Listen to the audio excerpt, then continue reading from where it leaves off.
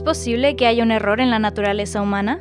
¿Qué mal puede existir en algo tan innato como el deseo o el amor? Desde Safo de Lesbos hasta Oscar Wilde y Elton John, la homosexualidad ha sido un fenómeno constante en la historia de la humanidad, registrado a través de miles de especies alrededor del mundo. Incluso con esta prevalencia, los esfuerzos por erradicarla no han cesado desde la instauración de la Iglesia Católica en la Edad Media. Durante el siglo XVIII fue considerado como un delito que ameritaba la muerte. Para 1952 fue incluida en el Manual Diagnóstico y Estadístico de los Trastornos Mentales como un trastorno sociopático, y no fue hasta 1973 que la Asociación Americana de Psiquiatría la retiró del DSM. La orientación sexual es algo que comprende muchísimas cosas que tienen que ver pues justamente con la identidad, pero también con tus, tu historia de vida, también algunas pues cuestiones biológicas, ¿no? Comprendemos también como identidad o orientación sexual algo que no se puede elegir,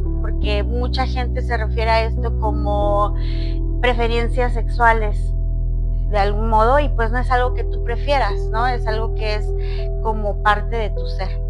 Los esfuerzos para corregir la orientación sexual y la identidad de género, comúnmente llamadas terapias de conversión, tienen registros desde mediados del siglo XIX, a la par de los inicios de la psicología con autores como Richard von Kraft y Sigmund Freud, implementando métodos como la hipnosis, la terapia de aversión y la lobotomía.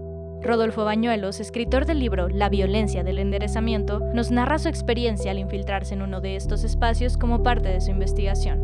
Por temas de que en el pasado, ahorita vamos llegando a eso, sí he sufrido amenazas por investigar estos temas y ahora por acompañar sobrevivientes y denunciarlo públicamente ya muchas veces, me voy a guardar el nombre de quienes manejan este grupo.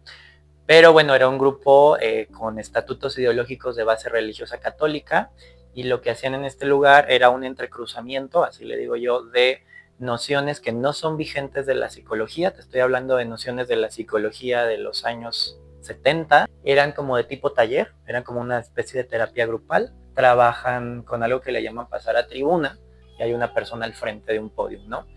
Da su testimonio, pero los testimoniales tenían que ver con exponer públicamente ante un montón de desconocidos lo más detalladamente posible cuántas veces habías pecado o las últimas veces que habías pecado. Dentro de este lugar, Rodolfo conoce al entonces menor de edad Lucas, cuyo nombre real ha sido omitido por cuestiones de seguridad y tratamiento de datos sensibles. Era hijo único en su familia, su papá era militar, su familia de ultraderecha. Él en tribuna se burla y comenta de que no, pues yo soy gay abiertamente y yo acepto venir a esto no para curarme de nada, sino porque quiero ver si viniendo a este espacio yo puedo recuperar mi sentido de pertenencia a mi familia. Terminamos juntos el curso, el taller, y nos decían que era recomendable que tomáramos a los 70 asistentes un curso de refuerzo que también costaba, y había dos opciones para tomarlo. Uno era en Cuernavaca y el otro era en Miami. Y pues yo no sabía que a este chico, pues sus papás pagan, entregan un consentimiento firmado por papá y mamá porque él es menor de edad, entregan su visa y su pasaporte, pagan el curso de Miami y él se va a Miami con otro grupo de niños. En el último día del curso de refuerzo en Miami, los asistentes son llevados a un sótano, donde son atados para después conectarles cables en sus zonas genitales, así como cerca del recto y en las terminaciones nerviosas de los dedos. Posteriormente, les proyectan una película de porno gay y les suministran descargas eléctricas a los jóvenes que muestran signos de excitación. Entonces, cuando él regresa y me comenta esto, pues no es que no le creyera, pero yo me acordé que nos habían ofrecido también otro curso de refuerzo en Cuernavaca. Yo estaba a tiempo de pagar el curso en Cuernavaca y lo pagué. Rodolfo es citado cerca de una central de camiones para después ser recogido en un vehículo sin placas junto con otros menores de edad. Se estaba haciendo de noche, paran las camionetas, nos bajan de las camionetas en vil carretera abandonada y sí, literal nos dijeron que nos iban a revisar. Nos bajan y no. Lo que pasa en ese momento es que los dos tipos que iban manejando la camioneta básicamente se pusieron a manosearnos uno por uno. ¿Sí? O sea, era un tema de yo ya no sabía en qué me estaba metiendo, dónde estaba, a dónde nos iban a llevar. Voy con un grupo de niños, dije, es que si me pongo a hacerla de pedo aquí, ¿qué me va a pasar? ¿O qué nos van a hacer? Es muy frustrante porque me tocó ver cómo hacían lo mismo con los otros niños y no podíamos hacer nada. Pero lo más fuerte que yo viví ahí fue que el penúltimo día, el sábado en la noche, nos llevan también como a un sótano muy grande del lugar. Ahí sí sentí mucho miedo, dije, nos van a hacer lo que le hicieron a Lucas en Estados Unidos. Pero no había sillas. Cambia la narrativa de estarnos hablando de que la homosexualidad es una enfermedad y todo esto, y el VIH es el castigo de Dios para los homosexuales. Empieza a tornarse el discurso en un tono súper religioso, y de repente se empieza a exaltar mucho este coach y empieza a gritar, quiero que baje el Espíritu Santo para que los cure porque lo que tienen es al diablo adentro. Puede parecer de risa, de verdad insisto en eso, pero no, o sea, yo de repente volteo y a mi alrededor había niños llorando, tirándose al suelo, sollozando, se desmayan dos y uno de los dos, uno empieza a vomitar y el otro se empieza a convulsionar. Yo en mi susto, nada más le agarré los brazos y nada más me acuerdo que le dije, es que no puedes estar haciendo estas cosas, ayuda a los niños. A mí me sacan a una oficina, pero en lo que me sacaban del lugar, entra otro coach gritando no sé qué demonios, hablando latín.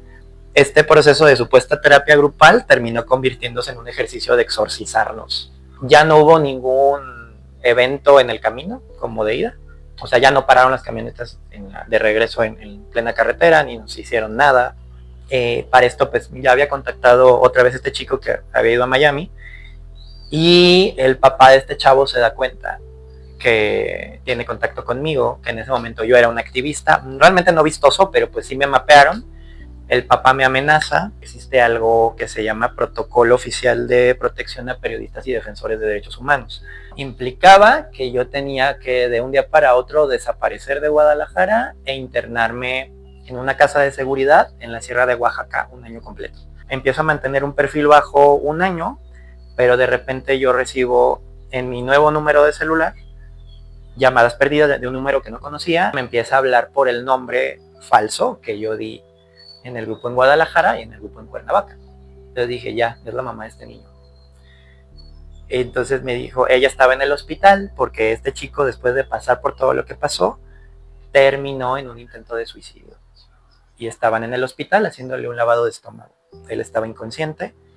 Tuvo que pasar esto con este chavo literalmente muriéndose en el hospital para que la mamá reaccionara. El matrimonio de los papás de Lucas se rompe. El papá a la fecha considera que su hijo está enfermo. Y por las condiciones particulares socioeconómicas de su familia, pues bueno, se da el divorcio e inmediatamente su mamá y él se fueron a vivir a Canadá. A la fecha viven en Canadá. No tienen intenciones de regresar a México. Yo sigo teniendo contacto y amistad con él, pero él pues ha desarrollado otro tipo de secuelas en su vida por todo esto. Incluso después de diversas denuncias e iniciativas de ley presentadas para defender los derechos de las personas de la comunidad LGBTQ+ en México, aún queda un largo camino por recorrer. Mira, pues a mí me tocó estar en el diseño de la iniciativa en cuanto a su forma jurídica. La gran diferencia a nivel federal y a nivel local es que en Jalisco, pues un ecosig equivale a una multa, pero a nivel federal sí incluye una penalidad de cárcel. Pero la realidad de que hoy esté penado tiene que ver que pues no hay ninguna carpeta de investigación en torno a ecosig. Siendo Jalisco uno de los estados con mayor casos en ecosig, tenemos claro que en los gobiernos de Emilio González Márquez eran financiadas públicamente por la Secretaría de pues lo que llevaría como social o algo, la parte donde se ven las becas y todo eso, ¿no? Pues sigue habiendo mucha desinformación e ignorancia hacia quienes somos las poblaciones LGBTIQ+. A pesar de los obstáculos, activistas y miembros de la comunidad perseveran. Y que definitivamente, pues ahí estamos presentes, aunque muchas sean invisibles, aunque muchas sean un poquito más calladas, ahí estamos y siempre estamos a la resistencia de decirles que somos el presente de quienes queremos ser en un futuro y es lo que estamos construyendo, ¿no? Dejarles claro que quienes son no están mal, siempre hay que amar en libertad y hay que amar quienes somos y aceptarnos como somos.